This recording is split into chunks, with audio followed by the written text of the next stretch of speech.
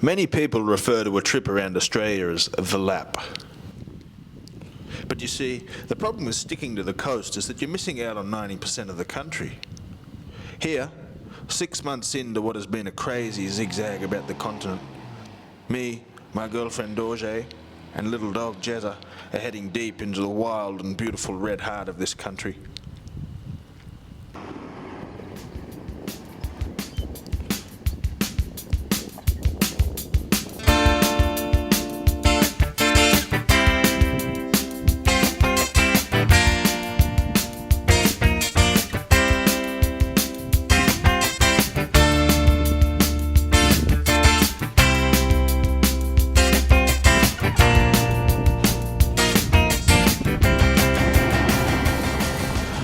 With supplies at Oodnadatta, one of Australia's hottest, driest and most isolated towns. Travelling through Australia has taught me the importance of being entirely self-sufficient, because out here there is no one around and no one coming to help when things go wrong. Down the Oodnadatta track, through the painted desert, we pass these incredible mound springs. They're fed by the Great Artesian Basin, one of the largest freshwater catchments in the world, and have watered Aboriginal people for thousands of generations. On the edge of the desert, we stopped to wash off all the dust at the Dalhousie Hot Springs. The bathtub temperature water here is over 1 million years old.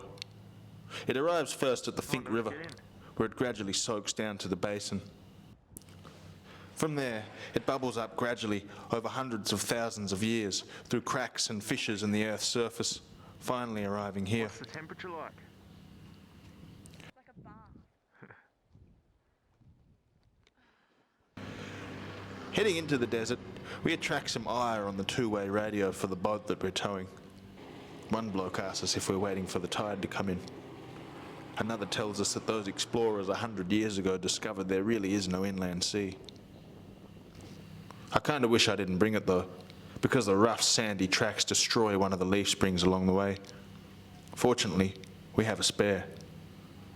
I spend an afternoon rolling around in the fine red sand, swearing as I try to fix the bloody thing. Before we made the stand, we didn't know anything at all. We watched the people play during the day.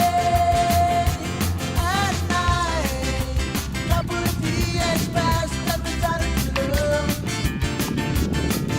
To play with the acoustic guitar, and we played more and more songs. Songs about our dreamtime story. When we decide to pull out. At our first camp, we cook an emu stew with fresh meat from a bird I accidentally hit while driving through the Flinders Ranges. Yeah, it's quite a lean, dark red meat, and you can see it's got these beautiful pockets of yellow fat. Treat for you. We'll marinate it this morning, cook it up tonight. It'll be beautiful and tasty in a stew. A lot of the Aboriginal people we asked about it said, yeah, you got to marinate it. Better if you marinate it, so it adds a bit of flavour to the meat. Yeah, when we're staying at Iggawarra, the Aboriginal community there are quite a few English backpackers staying there, and we cooked some over the barbecue and shared it with all them. Even a couple of vegans ate it. Yeah, I mean, it really is sustainable eating.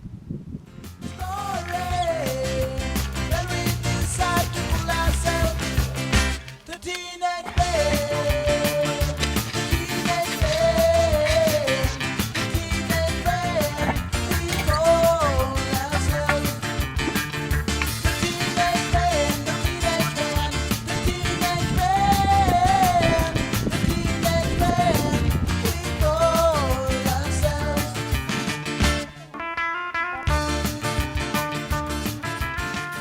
What's it taste like? Tastes like beef.